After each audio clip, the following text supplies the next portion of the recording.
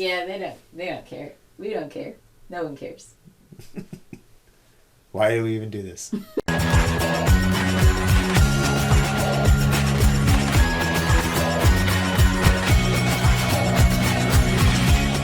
Good morning, and welcome to another edition of U-News, where you can be the reporter.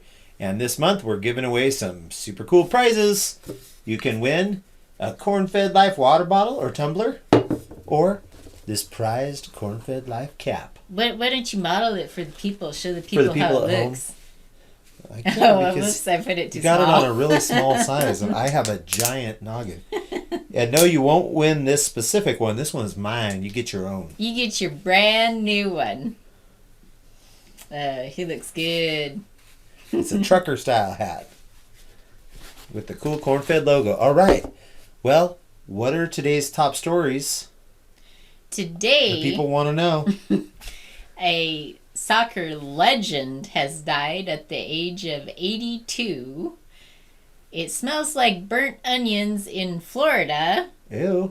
Wildlife officials rescue a deer in Oregon from Christmas decor. A message in a bottle ends up in a really weird place.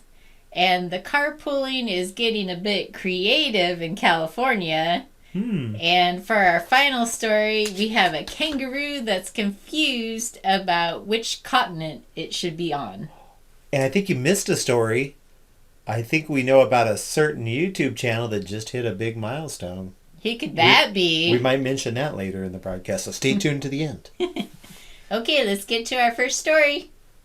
Pele, or Pele as I called him when I was growing up, the Brazilian soccer legend who won 3 World Cups and became the sport's first global icon, has died at the age of 82. Everything that we are is thanks to you, his daughter Kelly Nascimento wrote in a post on Instagram under an image of family members holding Pele's hands. We love you infinitely. Rest in peace. Pele was admitted to a hospital in Sao Paulo in late November for a respiratory infection for complications related to colon cancer. Last week, the hospital said his health had worsened as his cancer progressed. He died on Thursday from multiple organ failure due to the progression of colon cancer, according to a statement from Albert Einstein Hospital. For more than 60 years, the name Pele has been synonymous with soccer, or football. He played in 4 World Cups and is the only player in history to win 3. But his legacy stretched far beyond his trophy haul and remarkable goal-scoring record. I was born to play football, just like Beethoven was born to write music and Michelangelo was born to paint, Pele famously said. I gotta say, when I was growing up, I didn't know any soccer players. I am a lifelong soccer fan, but that was the first name I ever heard when it came to soccer. I heard of him. Yeah, everybody, America is not a big soccer country. It's becoming more so, but everybody knew who Pele was, or Pele, as they say it down south. And just a huge living legend. He was always involved in the game. I got to see him live one time. He came to the LA Galaxy Stadium. I can't remember why he was there. It was some special occasion, and I think he was there presenting some award or something. But just an iconic man, and just it was neat that he stayed involved with soccer his entire life until his death. He was always involved, and he was involved in a lot of other humanitarian causes for children and different things. So just a really great man. And another interesting fact, his name wasn't even Pele. No? What was it? That was his nickname. I think it means something. I think it's like a Greek god or something. And isn't it the Hawaiian god of fire? It could be. I don't know. And anyway, and he was known as the king too, or as I think they say O Rei or something in Portuguese. But I think his name was Edson. I'm going to look that up. And his last name was, I know his last name was Nascimento, like his daughter's, obviously, or his granddaughter, whoever we just mentioned. But yeah, most people don't, I bet most people couldn't tell you his real name. But, a great man. Yeah. Certainly be missed. Yeah. Okay, for our next story, we'll go to a lighter note, and that is a message in a bottle ends up in a very strange place. Ooh. A message in a bottle dropped into the ocean by a North Carolina high school graduate in 2020 has been found on a beach in Portugal more than 2 years later. Charles Temple, an English teacher at the Ocrachoke School in Hyde County, said he made it a tradition for the past 5 years to take the school's tiny graduating class for a summer boat trip and have them toss messages in bottles into the Gulf Stream. The messages consist of handwritten notes on the seniors' graduation programs. Temple said he never received word of any of the bottles ever being found until Elena Bretan tagged the school in a post saying that she had found the bottle on a beach in Portugal more than 3,600 miles away. Bretan included a photo of a graduation program that featured pictures of the 8 students in the 2020 graduating class and a note saying it had entered the ocean on July 26, 2020. How cool is this? Ocrachoke School wrote, sharing a post online. Temple said this discovered bottle belonged to graduate Alan Dosher. The teacher said Alan Dosher is most likely does not yet know his bottle was found as he is currently working on a fishing boat in the Bahamas. Oh, wow. Fascinating. Yeah, so very neat. He was drawn to the sea and his bottle came out of the sea. Yep. And I don't know about this professor teaching his kids all to throw trash into the ocean. Oh, it's got enough trash in it. A couple bottles won't hurt anything. Okay, so down in Florida, it's not fishy smelling, but it does smell a lot like onions.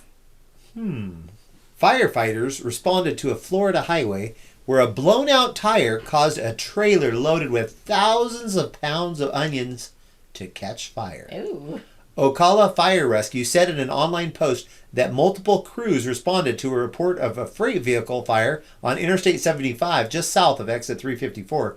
The crews arrived to find an open trailer being hauled by a pickup truck was fully engulfed in flames. The driver who had exited the vehicle told firefighters the blaze was sparked when one of the truck's tires blew out. The trailer had been carrying 6 cargo bins loaded with a total of about 6,000 pounds of onions. The flames were extinguished about 3 minutes after firefighters arrived on the scene. No one was injured in the accident, the department said, so that's good. But yeah, I guess that was a pretty pungent smell. Caramelized onions all over the freeway. It actually sounds kind of yummy, as long as they're not too burnt. All right, so we're going back to Oregon. Uh-oh. And no!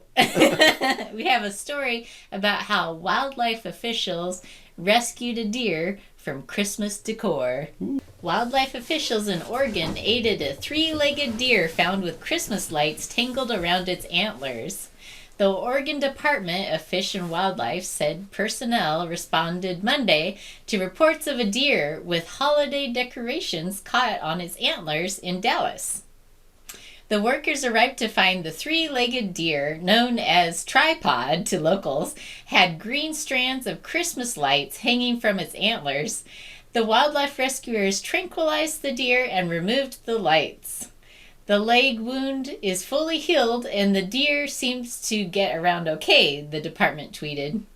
Oh, that's good. I didn't know that it caused it any leg damage, but it had a whole bunch of lights stuck around his antlers. Oh, poor guy. Yeah. I'm so glad that they were there to help him out. Yeah, which one of Santa's deer was that?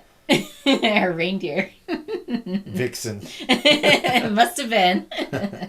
Okay, so on to our next story, and it's all about creative carpooling in Arizona. Ooh. Police in Arizona said a driver was cited after being found driving in a carpool lane with an inflatable Grinch as the sole passenger. The Arizona Department of Public Safety tweeted a photo showing a vehicle with an inflatable Grinch in the passenger seat. The department said a trooper pulled the vehicle over on Interstate 10 in Avondale after noticing the car, which was traveling in the high-occupancy vehicle lane, was occupied only by the driver and the suspicious-looking passenger. Brother. The driver was cited for an HOV lane violation. Oh, so it looks like the the police were the ones that turned out to be the Grinches. Right. They should have just said that was a funny gag and let the guy go in the spirit of Christmas. But I guess the police's heart didn't grow one size that day. Boo. Boo. Well, that's funny. Anything to get out of a ticket. But he didn't get out of the ticket. Yeah. He should have. Come on, cops. You need a little bit more good PR nowadays anyway. So that would have been a great opportunity to get some good PR. Okay, so this kangaroo doesn't need any good PR, and he's causing quite a stir in Missouri. Ooh, a kangaroo in Missouri. Authorities in a Missouri county confirmed a kangaroo was recently spotted roaming loose around a road. What a sight. Jefferson County Services Director Eric Larson confirmed a kangaroo was spotted near a High Ridge road recently, although animal control was not contacted in the incident. At least one local resident captured the animal on camera during its time on the loose. Larson said the kangaroo is believed to have escaped from S&S Farms Exotic Petting Zoo in High Ridge. Officials with the petting zoo confirmed the kangaroo seen on the loose is named Reuben, and what's he dippity doing? Was safely returned to the facility after only a short time on the loose. So that's good. Reuben is now safe. But yeah, what a sight that would be to all of a sudden on the highway see a kangaroo. You'd wonder, like, did I take a couple wrong turns? I once saw a moose on the side of the highway, and nobody believed me. No, nobody would ever believe him. Because where did you see it? Outside of Salt Lake City, Utah. Yeah. But who knew? It was in the mountains, and I did look it up, and they are known to have moose there. Yeah. That's just crazy. Crazier than a kangaroo in Missouri. Well, that's all that we have for you tonight. No, it's not. It's not. You liar. You caught me. We have one final story we wanted to report. There's a certain YouTube channel. Which one is it? That just hit 1,000 subscribers tonight. Woo! Or as you're watching this, it would probably be last night, depending on when we get this posted. Anyway, we wanted to shout out and thank all of our loyal, faithful viewers for watching and subbing and being a part of this wonderful corn-fed life. Yes, we had subscribers on that actively recruited for us so that we could hit that 1,000 mark. Who was the best recruiter? Raquel. That's right. Of what? What channel? Cottonwood. Cottonwood Ranch. Yes. Up in Canada. So thanks for that, Raquel. And thanks to everybody else that popped on. And we had a live broadcast celebrating getting to 1,000. And that was a lot of fun with a lot of our good friends. Yep. Well, I think that's it. So we want to wish everyone a wonderful week, rest of the week. And God be with you. And take care. God bless.